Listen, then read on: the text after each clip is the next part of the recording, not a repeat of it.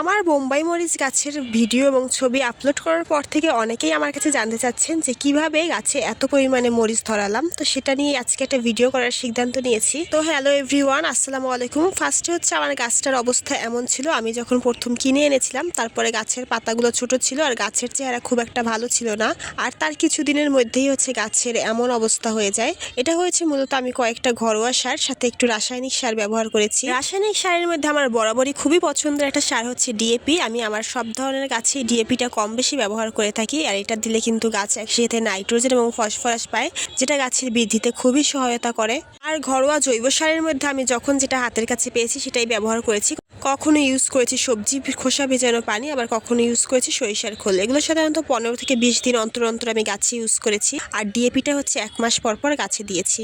গাছ ছোট অবস্থায় কড়া রোদে ছিল, যে কারণে গাছে পোকামাকড়ের আক্রমণ অনেক কম হয়েছে। আপনারা মরিচ গাছকে অবশ্যই চেষ্টা করবেন কড়া রোদে রাখার জন্য, এতে কিন্তু পোকামাকড়ের আক্রমণ অনেক কম হবে। তারপরে আমি কিছু মাকড়নাশক ব্যবহার করেছি। মরিচ গাছের পাতায় পোকা লাগার আগেই আপনারা চেষ্টা করবেন একটা ভালো মাকড়নাশক স্প্রে করে দেওয়ার। আমি প্রতি 15 দিন পর পর হচ্ছে মাকড়নাশক স্প্রে করে দিয়েছি। এছাড়া রসুন দিয়ে তৈরি একটা জৈব কীটনাশক আমি গাছের গোড়ায় প্রয়োগ করেছি, যেটা আমি আগেও একটা ভিডিওতে আপনাদের সাথে শেয়ার করেছি।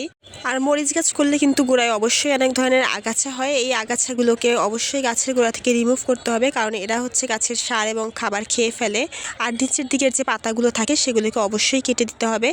নিচের দিকের এই পাতাগুলো থেকে কিন্তু অনেক ধরনের রোগ গাছে ছড়িয়ে পড়ে। আর এই পাতাগুলো কিন্তু গাছের গোড়ায় ফেলা যাবে না, এগুলো গাছের গোড়া থেকে অনেকটা দূরে নিয়ে ফেলে দিতে হবে। গাছে ফুল আসার আগে আমার গাছটা করার রোদেই ছিল, কিন্তু যখন থেকে গাছে ফুল আসতে শুরু করেছে তারপর আমি গাছটাকে একটু ছায়া নিয়ে এসেছি, কারণ না হলে বেশিরভাগ ফুলেই ঝরে যেত। আর এই সময় কিন্তু গাছের খাবারটাও চেঞ্জ করতে হবে। সবজি খোসার পরিবর্তে এই সময় কলার খোসা ভিজানো পানি এবং পটাশিয়াম যুক্ত সার গাছের গোড়ায় প্রয়োগ করতে হবে।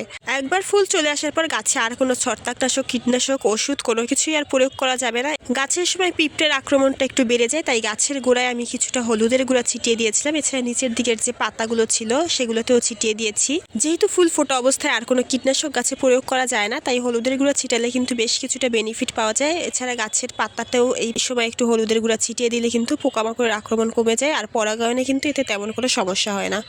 আর গাছে ফুল থাকা অবস্থায় কিন্তু গাছে নিয়মিত পানি দিতে হবে। কোনোভাবেই গাছের গোড়া একদম শুকিয়ে যেতে দেওয়া যাবে না, এতে কিন্তু ছোট ছোট মরিচগুলো ঝরে পড়বে। আর গাছে যখন প্রথমবারের মতো মরিচ দেখা যাবে তখন হচ্ছে গাছের যে নিচের দিকের যে পাতাগুলো আছে সেগুলোকে ছেটে দিতে হবে। এতে হচ্ছে মরিচগুলোর উপর অনেক বেশি রোদ, আলো, বাতাস লাগতে পারবে, যার ফলে পোকামাকড়ের আক্রমণ যেমন কম হবে, মরিচগুলো ঠিকভাবে বড়ও হতে পারবে। মরিচ গাছের ক্ষেত্রে আরও কয়েকটা বিশেষ টিপস দিতে চাই। আর এই টিপসগুলো কিন্তু শুধুমাত্র নাগা বোম্বাই মরিচের ক্ষেত্রে না, অন্য অন্য মরিচ গাছের ক্ষেত্রেও প্রযোজ্য।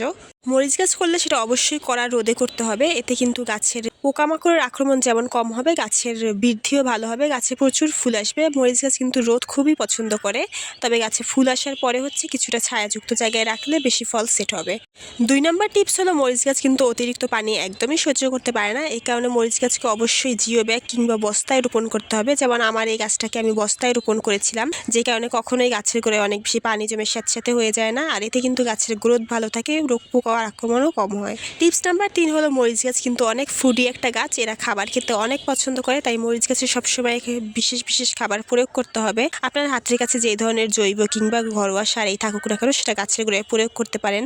গাছের পুষ্টি চাহিদা সঠিকভাবে পূরণ হলে কিন্তু গাছের রোগ প্রতিরোধ ক্ষমতাও অনেক বেড়ে যায়। আর না হলে কিন্তু বাহ্যিক স্প্রে করেও তেমন একটা লাভ হয় না। গাছ যদি ভিতর থেকে সুস্থ থাকে তাহলে কিন্তু রোগ পোকার আক্রমণও অনেক কম হয়। 4 নম্বর টিপস হচ্ছে গাছে অবশ্যই একটা ভালো স্প্রে করতে হবে, তবে সেটা গাছে পোকা লাগার আগে থেকেই করা শুরু করতে হবে। গাছে একবার খুব সিরিয়াস অবস্থা হয়ে গেলে কিন্তু আর সেটা ঠিক করা সম্ভব হয় না, তাই শুরু থেকেই একটা ভালো মানের স্প্রে করলে কিন্তু গাছে আর কোনো রোগ পোকার আক্রমণ হয় না।